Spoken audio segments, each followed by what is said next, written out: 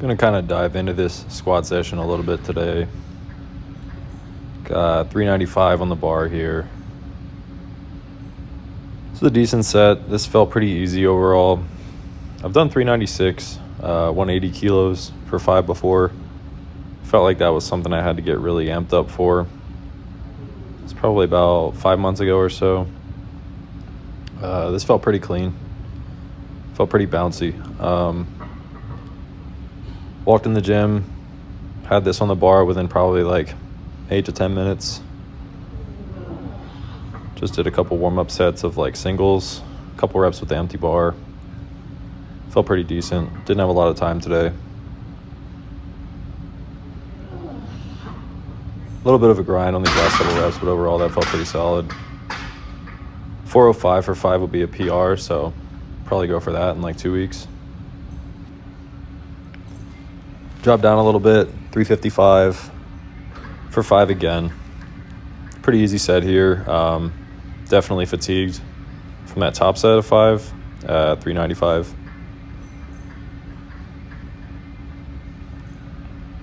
So these were definitely a little bit faster, but they still felt pretty tough overall. There was a guy playing music out loud beside me. Actually pretty decent music taste this guy had, but he was doing Zurcher RDLs, which was really badass.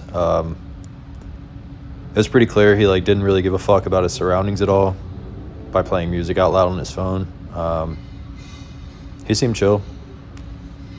I really like people like that who aren't like fake nonchalant and trying to like make it look like they're like very humble or something like that. He's just going in the gym, not giving a fuck and training hard. So that's pretty sick. Got some reverse lunges here. Trying to hit the single leg stuff heavier than I have in years past. 250 on the bar here, set of 5. These were pretty sloppy. Got a little bit of shakiness coming up off the floor, especially on I think that like second rep. But overall these felt all right. When I started doing these for the first time in a long time, like 6 weeks ago or so, I went way too heavy, and that left me like unbelievably sore. So trying to take these a little slower.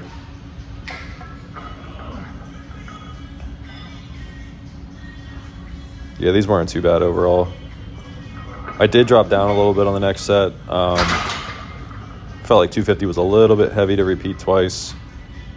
It's not my intention, especially on the single leg stuff, to drop down afterwards, but if I feel like I need to do it, I'll do it. It's ironically just about the same percent decrease as I did on that squat top set. I went down about 10% after that set of 395 down to 355, and same deal with the split squat here, or the reverse lunge rather.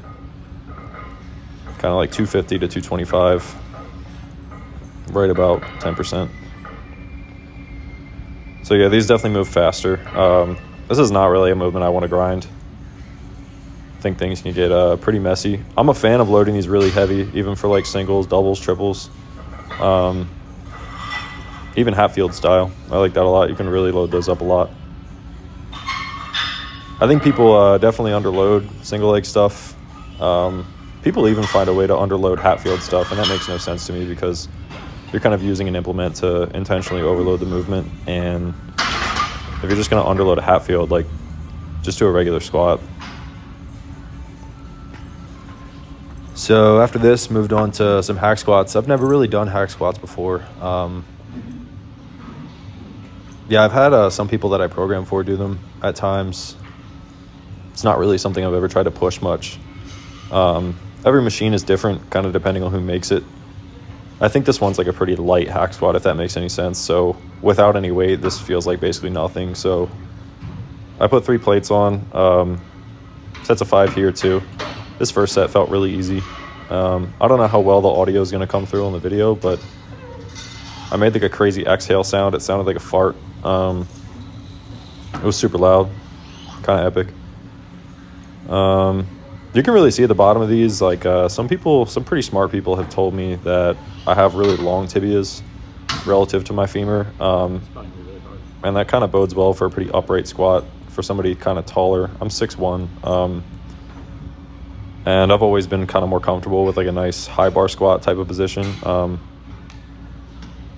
I've ran a lot of Olympic weightlifting programming in the past, and that kind of squat has always just kind of moved the best for me. So yeah, I don't know. Let me know what you think about that. Put a 25 on top because whatever that load was, 315 or whatever you want to call it, was pretty easy the previous set. So this felt a little more challenging. Yeah, I'm still just hitting sets of 5. I'm really not trying to grow my quads at all or my hamstrings or really any part of my lower body. I think I can probably push these lower rep ranges and get stronger without really adding a lot more mass. I'm not saying that's the best idea for all people. I just am definitely not after getting my legs any bigger at the time. So yeah, these felt pretty good actually. Just 2 sets here. In between the hack squat and this row here, I did some like seated, unsupported Arnold presses with dumbbells. I didn't do them like Z-press style, like seated on the floor. I did it seated on a bench, kind of like how I am here on the row.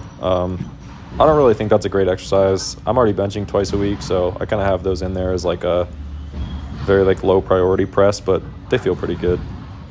I love cable rows. I love all rows really. I really try to round my upper back as much as possible at the bottom of the row. That tends to feel really good. Kind of get the erectors involved. Definitely get a big stretch out of the lats and the upper back. I'm not too particular about the tempo on this stuff. I like to load it really heavy, but I definitely go slow on the way down relative to the way in, and I really try to find that huge stretch. So yeah, man, this is a pretty good session overall. Nothing really too crazy. Gonna try to push these movements the next couple weeks. Thanks for watching, guys.